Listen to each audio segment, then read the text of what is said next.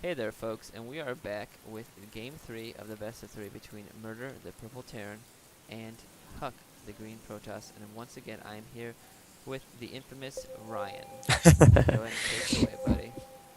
All right, guys. So, if you didn't happen to see the first or second game on this marvelous YouTube channel, you can definitely check those out. But I'm gonna give you a really little quick recap while we're starting at the beginning because there's really honestly not too much to talk about right now.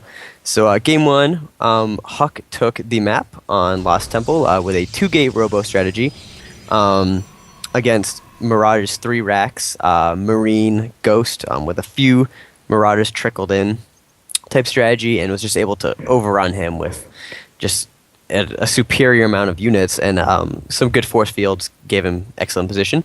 But then on game two on Coolest Ravine, Murder tweaked his strategy a little bit and tossed in a fourth barracks so that he could have two tech labs and two reactors, which allowed him to get out more of the Marauder combination, and was able to overrun a four gate robo, strategy from Huck, and was just able to demolish him with like a excellent like spree of EMPs and good positioning. So we are now at game three. Both games, the two players have done just about the same strategies with a few differences tossed in. So I honestly wouldn't expect to see too much different from them this game. What are you thinking? Oh, yeah, definitely. I mean, once again, Huck gets that quick probe in there, and he's just being a pain in the ass, zapping all these SCVs that are working, getting a whole bunch of them low, and being perfect with the micro, letting the probe only take 4 hits before he backs off and able to regen the shields, and he's just constantly ticking away at these SCVs. And I'm assuming just because it's a close range map that in game 1 we're going to see that fast chrono boosted Zealot again, and it's going to put some pressure on the mineral line of the Murderers SCVs. Oh yeah, certainly. If you're watching with this probe, he'll go up to an SCV and hit it about 3 times and then back off. Doing so allows for a offensive zealot, which we saw him do first game on Lost Temple when he had a close bomb positioning. It allows it to only 2 hit the SCVs as opposed to having to do a third hit. So game one, he's able to get 6 kills with one, or 6 SCV kills with one zealot before the Marauder is finally able to bring it down. So it looks like he's probably going to try and go for the same thing again. We do see Marauder going for that quick tech lab. Yet again, he's going to try and get out Marauders. Both games, we saw him go for early Marauders, do that 2 Marauder with concussive shell push, which is becoming so much more popular for Terrans to do against Protoss. But game 1, it was held off quite easily by Huck. Game 2, we did have some more trouble with it. Lost a pretty significant amount of probe, so we'll see how it turns out game 3. Definitely. Here goes that Zealot. He does sneak in. He's cornered in by those SCVs, but he quickly takes care of one of them out. He's chasing down some other one. And it looks like he's going to go ahead and switch focus. And he does get in the second one right before he goes down, so some great timing in there. And he loses a Zealot, which is 100 minerals for 2 SCVs for also 100 minerals, and Murder loses the mining time. And his second Zealot was streaming in, but he quickly runs it away after he notices that those concussive shells are up, and his second Martyr is most likely on the way to back up his friend. Yeah, and we do see Murder once again tossing down 2 more barracks, presuming that there's going to be reactors down on both of them, as that's the same strategy he's done for the last 2 games. Just going for a really heavy Marine combination with some Ghosts to just try and overwhelm the Protoss player. But we saw it countered so perfectly by Huck the first game, and then a slight variation of the strategy leading to more Marauders was able to bring Huck down. So we'll see if Murder decides to go with what he's done in previous games or have anything else up his sleeve. What I would like to... Oh, I'm No. sorry about that. We had a push happen up here at Huck's base, and like you always say before, he got a little too greedy there with those 2 Zealots, and Huck was able to take down one Marauder, and the other Marauder runs back in shame after he left his friend dead in the dust.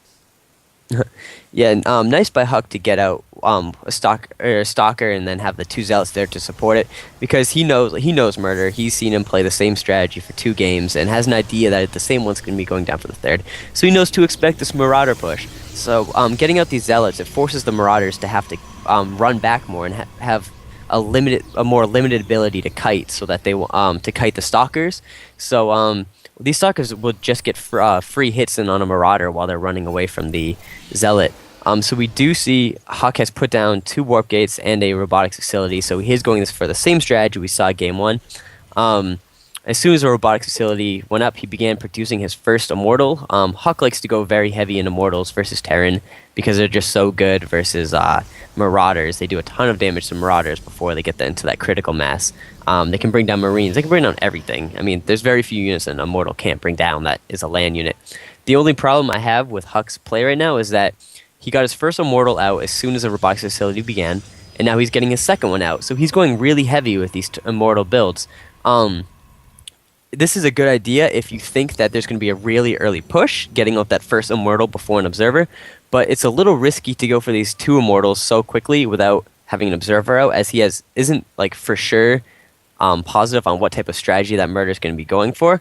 So I typically would go for the observer first and then start banging out the immortals, because he didn't necessarily need these 2 immortals so quickly to defend off a push, and that it would have been more beneficial to have that scouting knowledge at the beginning. Oh yeah, I completely agree. But it actually looks like he went for these 2 immortals just to do a little push here against Murder, which I think he probably wanted to push before that ghost came on. He's probably going to use these as some value. And here, Murder actually pulls his SCVs out of the line. He's going to lose mineral timing, and one SCV does go down along with the Zealot. And Huk just pulls back, throws up a proxy. He's probably just going to sit here and camp in and toss up a fire and just make himself at home. Yep, a little bit of risky by Huk to go in there without having any idea of what was waiting at the top or what type of tech path that Murder was going for. But we could see that maybe he's just trying to go for an early, like 50-ish food timing push and bring Murder down. But he's so heavy into these Marines that Murder was just able to pull some SCVs to have an appropriate tank, like tank wall, and force him back.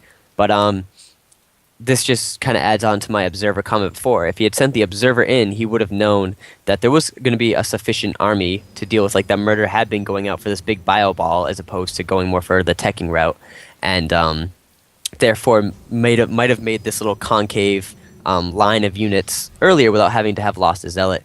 But yep, we do see him splitting his army up into a nice little line. It's to help prevent EMP from just taking out one big ball of Protoss units, or a single EMP, excuse me, from taking out a big ball of Protoss units. So if let's say if there was any type of skirmish soon, there would be an insufficient amount of EMPs to be able to cover this entire army. So it's good by Huk to just do the little things that are going to help make his battles that much more better. Yeah, it looks like Huk actually has some pretty impeccable timing there. Just as Murder decided to push out, that Overlord flew right over the ledge and was able to give Huk the vision. So right as Murder's units started to push out, he was able and ready to do that force field, and actually force fielded off about 5 SCVs and a Marauder. So Murder does take some significant losses there. And I really feel that once Huk made that initial push, that Murder should have just kind of pushed out, because Huk's just kind of doing what he did in game 1. He's just going to camp out here, force field up half the army, kill off half the army, and just continue pushing up, just because his choke point is so small and he's able to get such a good arc in. Yeah, I'm just going to point out I didn't know that Protoss had Overlords to help give them vision. Oh, I'm pretty sure that was an observer, but maybe I'm just being silly. I'm a Zerg player, although, yeah. Yeah, just giving you a little trouble. But anyway, we do see that there's another slight change in this game, as Murder has put down a factory, which is almost finished upon completion. I would expect a